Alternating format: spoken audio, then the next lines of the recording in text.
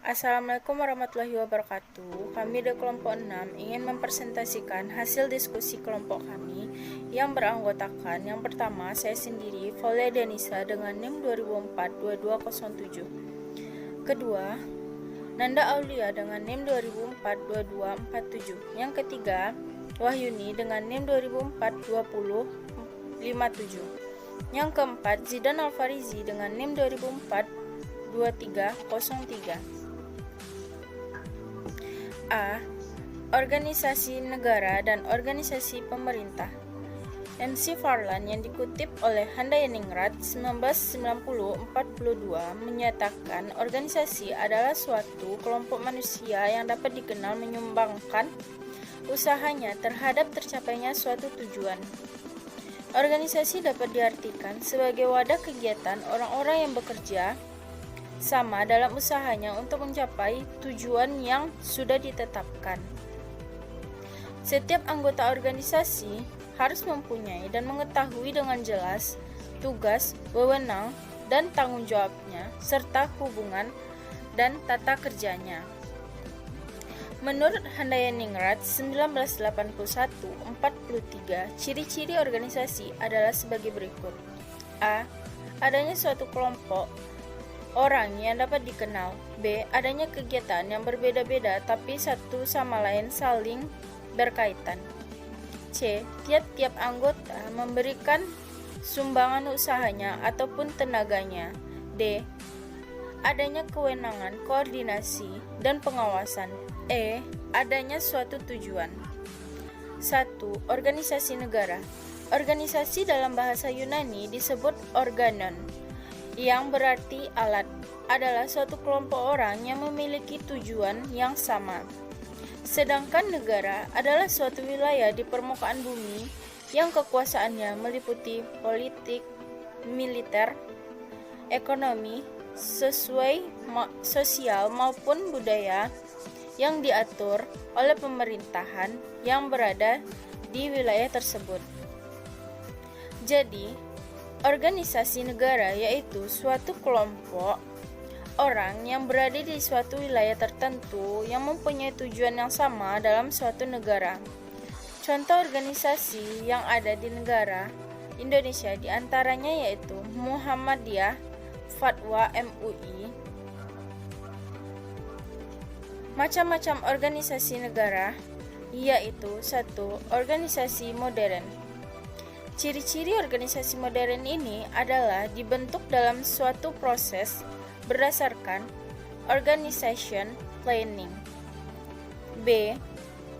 Bebas dari tekanan-tekanan atau pengaruh lingkungan yang konvensional atau tradisional. C. Mempunyai maksud dan tujuan yang jelas. D. Mempunyai struktur organisasi yang jelas. E. Mempunyai anggaran dasar. Yang kedua yaitu organisasi konvensional. Ciri-cirinya dibentuk oleh orang-orang yang mampu berpikir secara modern, rasional, sistematis, dan logis, tidak menerapkan teori-teori organisasi. Yang ketiga, organisasi tradisional. Ciri-cirinya merupakan kelompok orang yang mengupayakan secara bersama-sama, secara spontan, tanpa struktur yang jelas. Pola berpikir dan bekerjanya secara tradisional, digerakkan oleh pemimpin yang tidak mengenal teori organisasi. Yang kedua yaitu organisasi pemerintah. Pemerintahan adalah segala kegiatan yang dilakukan oleh lembaga-lembaga pemerintahan. Menurut Skinner, istilah pemerintahan paling tidak memiliki 4 hal, yaitu A. Menunjukkan kegiatan atau proses pemerintah yang melaksanakan pengawasan atas pihak atau lembaga lain. B. Menunjukkan permasalahan-permasalahan negara atau proses memilih terhadap masalah-masalah yang dijumpai. C. Menunjukkan pejabat-pejabat yang dibebani tugas-tugas memerintah. D. Menunjukkan cara-cara atau metode atau sistem yang digunakan untuk mengatur masyarakat. Organisasi pemerintah merupakan salah satu bentuk dari berbagai bentuk organisasi nirlaba. Lembaga pemerintah dibentuk umumnya untuk menjalankan aktivitas layanan masyarakat luas. Tujuan yang ingin dicapai biasanya peningkatan keamanan dan kenyamanan untuk pendidikan, untuk kesehatan, dan keimanan. Segala aktivitas tersebut dilakukan semata-mata untuk menyediakan layanan dan kemampuan meningkatkan layanan tersebut di masa yang akan datang.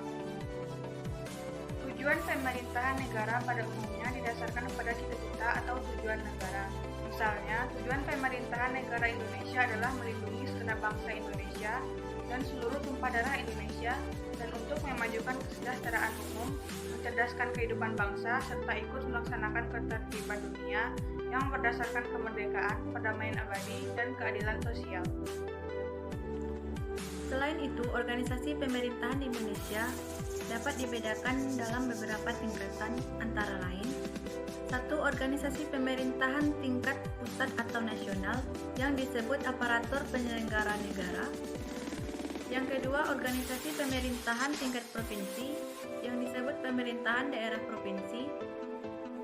Yang ketiga, organisasi pemerintahan tingkat kabupaten atau kota yang disebut pemerintahan daerah kabupaten kota.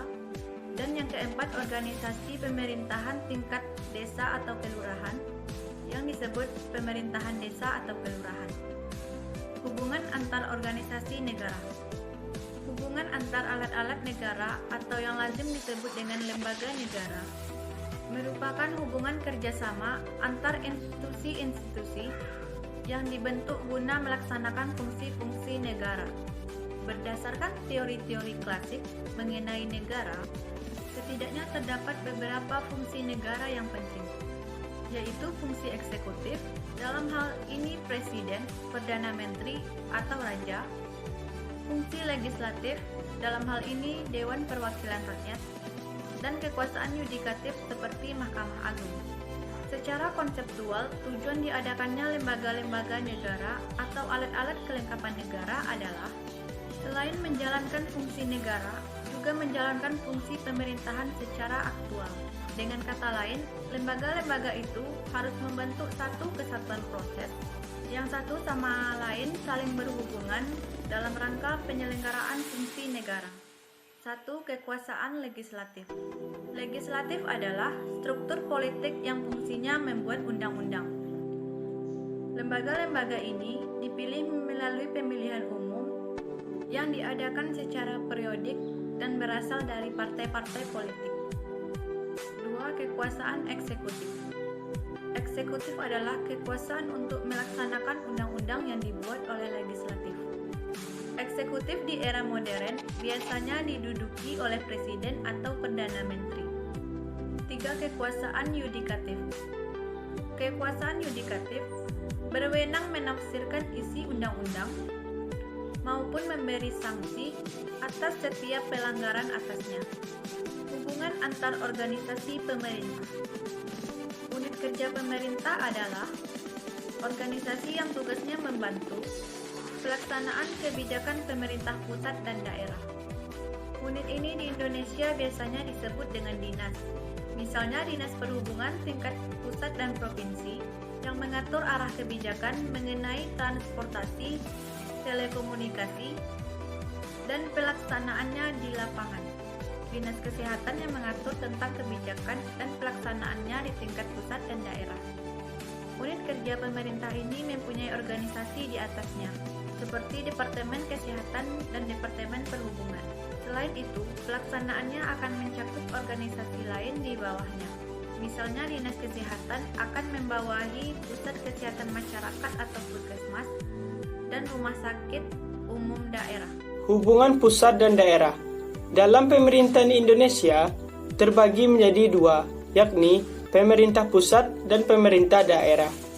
Pemerintah pusat merupakan penyelenggara pemerintah bangsa Indonesia, di mana mereka adalah presiden dan wakil presiden dibantu para menterinya. Sementara pemerintah daerah adalah penguasa yang memerintah di daerah lewat otonomi daerah. Dalam menjalankan pemerintahannya, hubungan pemerintah pusat dan pemerintah daerah harus terjalin dengan baik dan harmonis. Selanjutnya, ada sejumlah hubungan antara pemerintah pusat dan pemerintah daerah. 1. Yaitu hubungan struktural. Hubungan struktural merupakan hubungan yang didasarkan pada tingkat dan jenjang di pemerintahan. Presiden merupakan penyelenggara urusan di tingkat pusat. Presiden dibantu para menteri untuk menjalankan pemerintahannya. kepala daerah merupakan penyelenggara urusan daerah masing-masing. Selanjutnya, hubungan fungsional. Hubungan fungsional merupakan hubungan yang didasarkan dengan fungsi yang dimiliki oleh masing-masing pemerintah. Hubungan tersebut juga terletak pada visi, misi, tujuan, hingga fungsi yang dimiliki masing-masing pemerintah. Indonesia terdapat subsistem pemerintah pusat yang terdiri atas presiden dan para menteri. Di daerah terdapat subsistem pemerintah provinsi yang terdiri atas gubernur dan DPRD provinsi. Subsistem pemerintah kabupaten atau kota yang terdiri atas bupati, wakil wali kota, dan DPRD kabupaten atau kota. Bahkan, subsistem pemerintah desa yang terdiri atas kepala desa dan badan permusyawaratan desa atau yang disebut BPD.